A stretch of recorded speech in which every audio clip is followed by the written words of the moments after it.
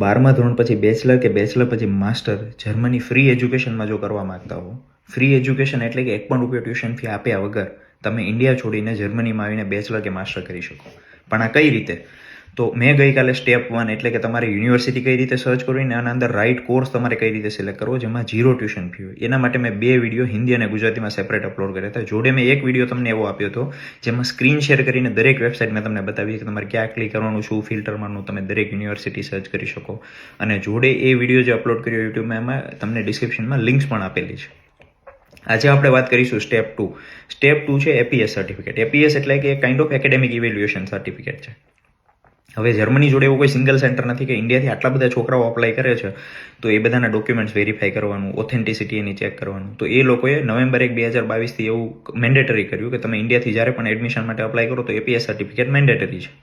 હવે German embassy new દિલ્હીના અંડરમાં આ વસ્તુ ઓપરેટ થાય છે. એટલે તમે ક્યારે પણ જર્મની જવાનું વિચારો એટલે સૌથી પહેલાં તમારી જોડે એપીએસ સર્ટિફિકેટ હોવું જોઈએ, જે તમારે ઘરે બેઠા ઇન્ડિયામાંથી જ ઓનલાઈન અપ્લાય કરવાનું હોય છે. અને એના થોડા સ્ટેપ બાય સ્ટેપ પ્રોસેસ છે. આપણે 1 by 1 એક કરતાં વધારે વિડીયોથી વાત કરીશું. હવે એપીએસની વાત કરીએ તો ₹18,000 જેવી એની એપ્લિકેશન ફી છે જે તમારે અપ્લાય કરતી વખતે ભરવાની હોય છે, જે નોન રિફંડેબલ છે.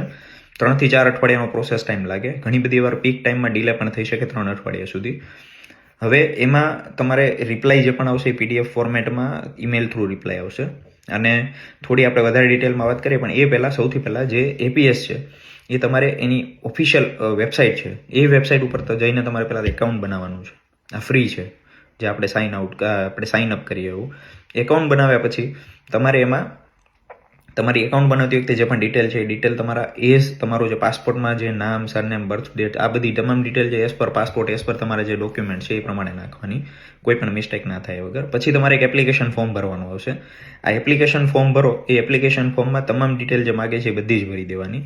એપ્લિકેશન ફોર્મ ભરીને એની પ્રિન્ટ કરી લેવાની છે.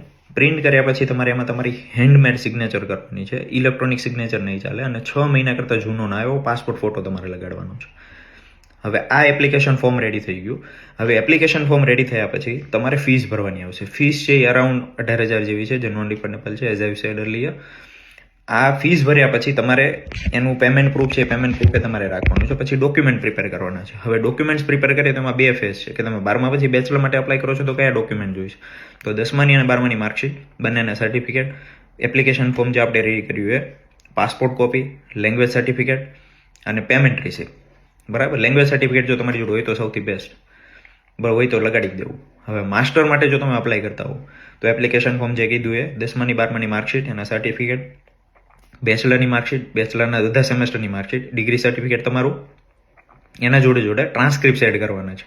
Passport copy, language certificate, IELTS કર્યું હોય તો આઈએલટીએસ, જર્મન કર્યું હોય તો જર્મન, અથવા એમઓઆઈ મીડિયમ ઓફ ઇન્સ્ટ્રક્શન તમારે એડ કરી દેવાનું છે અને પેમેન્ટ રિસિપ્ટ એડ કરી દેવાની છે.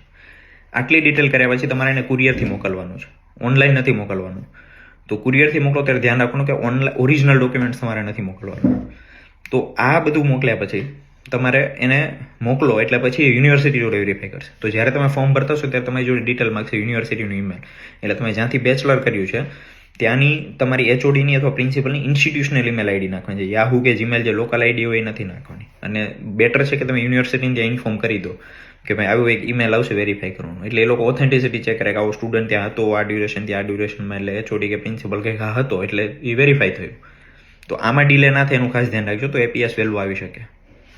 આટલું કર્યા પછી વેરીફાઈ થઈ જાય. ઘણા બધા કેસમાં ઇન્ટરવ્યૂ પણ થાય છે પણ તમારે એની ચિંતા કરવાની જરૂર નથી. બહુ કેસમાં એને ડાઉટ હોય તો થાય. એપીએસ સર્ટિફિકેટ જેવું આવી જાય એટલે પછી તમે આગળની પ્રોસેસ કરી શકો છો. આપણે પછીના સ્ટેપમાં પછીના વિડીયોમાં જાણીશું. તો આ વાત થઈ એપીએસની. હવે ઓરિજિનલી વેબસાઇટ કઈ રીતે ખોલવાની, વેબસાઇટમાં કઈ રીતે ફોર્મ ભરવાનું, આ તમામ ડિટેલ આપણે આના પછીના વિડીયોમાં વાત કરીશું.